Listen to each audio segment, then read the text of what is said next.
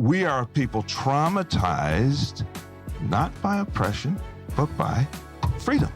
And the great challenge that faces us as a people, and I have every faith that we will live up to it, is to learn to thrive in freedom.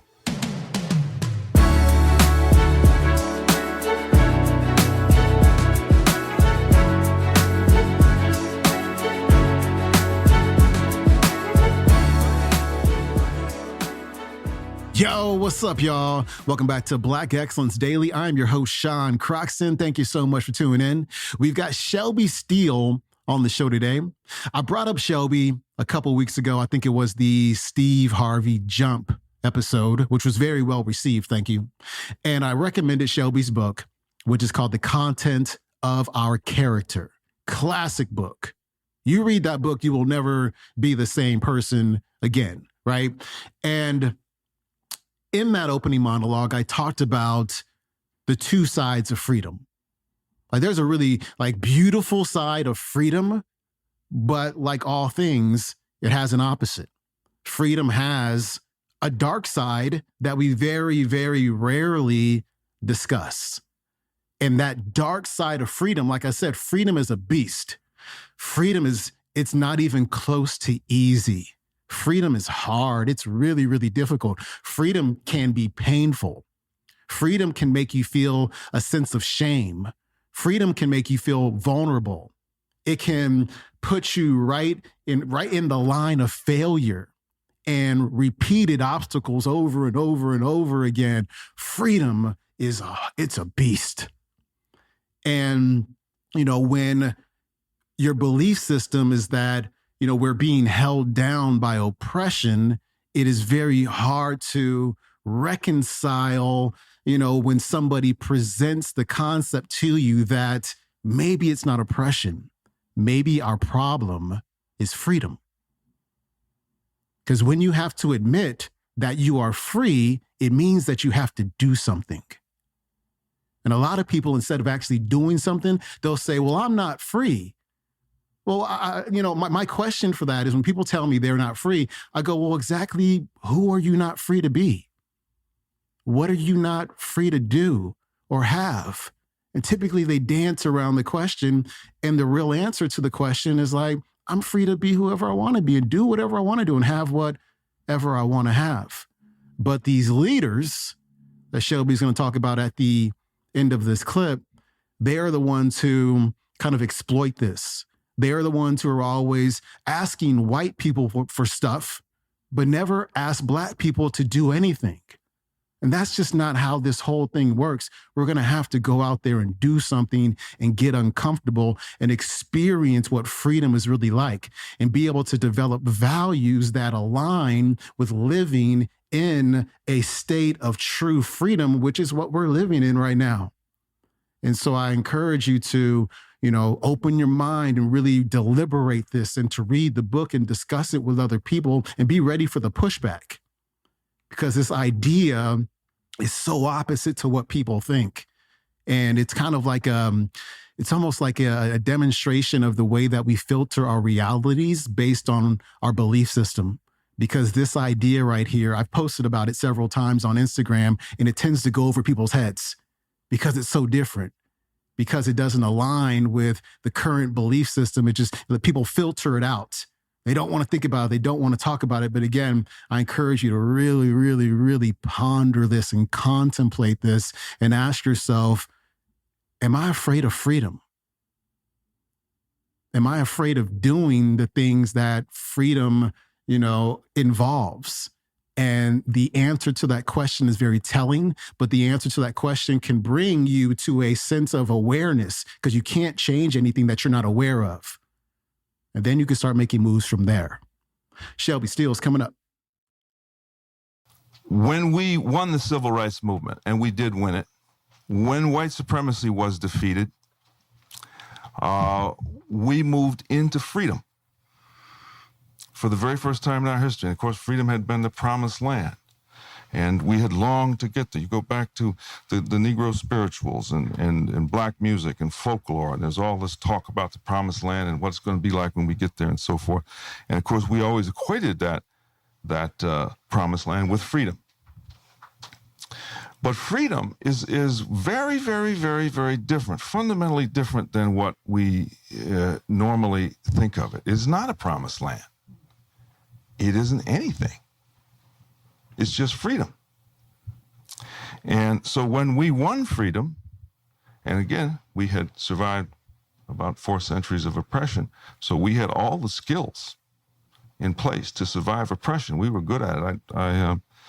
I have written in the past about the imagination, the ingenuity of Black American culture in surviving oppression. We had no experience whatsoever with freedom. We'd never had it. We didn't have the values for it. We weren't prepared for it. We didn't have the ideas with which to seize it, to take advantage of it. We didn't even really know that that's what you do. That is so entirely dependent on individual will and on the assumption of responsibility, and all these sorts of things were not in our experience. And so when we came into freedom, we experienced it as a humiliation. Because it's, oh my, look how inadequate we are. Look how uneducated we are. Look how non-competitive. We don't know. Well, again, all over the world, in all of these colonies that had won their freedom, the same thing happened. They ran into freedom and whoo, it was not a kiss, it was a smack. And it said, you know, you were a janitor before, and now that you're free, you're still a janitor. You don't know how to become a business executive. You don't have in place the entire apparatus of values, of education, of opportunity to do that. You're free now, and you're still a janitor. That's painful. Freedom became and is experienced by people who newly become free as a shame, as a humiliation, as a painful experience, something that is difficult. And invariably, what happens is that because freedom is associated with such pain and shame, the first thing people do is say, hey, I'm not really free. Racism is everywhere. Oh, maybe it's underground now. Maybe it's institutional now, but boy, it's, in other words, I'm not free. Because in a sense, the group has a fear of freedom. Freedom is shame. Freedom, because if you don't know what to do with it, then, and you're not doing well in it, then again, you experience it as shame. So we began to define our situation with what is called bad faith. Bad faith is when you say, I used to say when I was young and starting as a writer, I can't really get started. I can't write this book because I don't have any time. I have to make a living. I don't have any time. So I would excuse myself from having to develop as a writer. Well, when I finally gave up bad faith, then I didn't get any more time, but I worked a little harder. Bad faith is, in other words, it's excuse making. It's the way you spare yourself, because if I'm free, I can do whatever I want. If I want to write a book, I can write a book. But I deny that I'm free, because if I admit that I am not free, then I'm going to feel ashamed. Well, most of the identity, certainly the Black identity that began to emerge right away in 1965, 66, 67, when we hit freedom, is a bad faith identity. An identity that says we're really not free. Boy, racism is everywhere. Now, we had just defeated racism. We had just stepped into much greater freedom. But we were never as obsessed with racism when we were actually segregated as we are today in freedom. Today, we are upset. We worship at the church of racism. Racism is everywhere. It's just so subtle. It's in every little situation. And we're still being victimized by it. And that explains why we haven't done better. And so we are people traumatized, not by oppression, but by freedom. And the great challenge that faces us as a people, and I have every faith that we will live up to it, is to learn to thrive in freedom. We're free. It doesn't matter that there's still racism in the world. White supremacy no longer has any authority. So what if somebody believes white people are superior? I don't care. I don't care if they can't interrupt my life, and if they can't keep me from becoming educated and taking out loans in banks and pursuing my dreams. What do I care? I'm not going to lose any sleep over someone like that. But if I don't know how to move my life ahead in freedom, and I was often pointing to the example of my own father, who was born in 1900 and only went to the third grade. And before he went into the fields, he was a wonderful man. I wouldn't be standing here today if it were not for him. But when I started out in the university, I couldn't go to my father and have him tell me how to get tenure. How do you play politics in this? He said, go for it.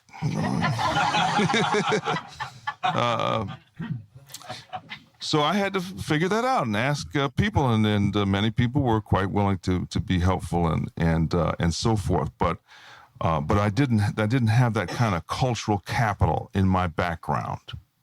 And there's nothing wrong with that. It's not hard to get. But if you say that your problem is racism all the time, then you won't be able to deal with the fact that you don't have that kind of cultural capital, and you need to get it. It's not hard. You just need to pay attention to it. So again, I think that freedom was this terrible trauma for us. We began to develop an identity in bad faith, and that out of that trauma, what we decided, or at least what our leaders decided, as leaders are often people who smell opportunity, is they realized that white guilt was there. That whites were in this position of having to dissociate and prove all the time that they weren't racist. And so we developed a black leadership in America that has been since that time devoted to absolutely nothing but the manipulation of white guilt. You do not see this leadership turn around and look at their own people and say, our problem is we don't have enough cultural capital. We've got to put a lot more energy in education, a lot more effort in restoring our families. Family is the most important institution in any society. Family's weak, the society's weak. We've got to really do that regardless of whether white people are guilty or not. I can accept as valid any black leader who turns around and asks most of all from his own people. But one who just simply asks of others, of whites, is the worst possible kind of leader, because then you see what position did that put blacks in when all you're going to do is manipulate white guilt. You're stuck. Nothing is available to you but protest and anger. You have to make sure that the white man knows you're angry, and you have to make sure that he's intimidated by it, and that he's a little scared of you, because if he ever feels that you're not angry and that you're not stuck in this protest mode, he won't give you anything. He won't feel the need to dissociate. So for 40 years now, we've had a leadership devoted to nothing more than that. Manipulation of white guilt.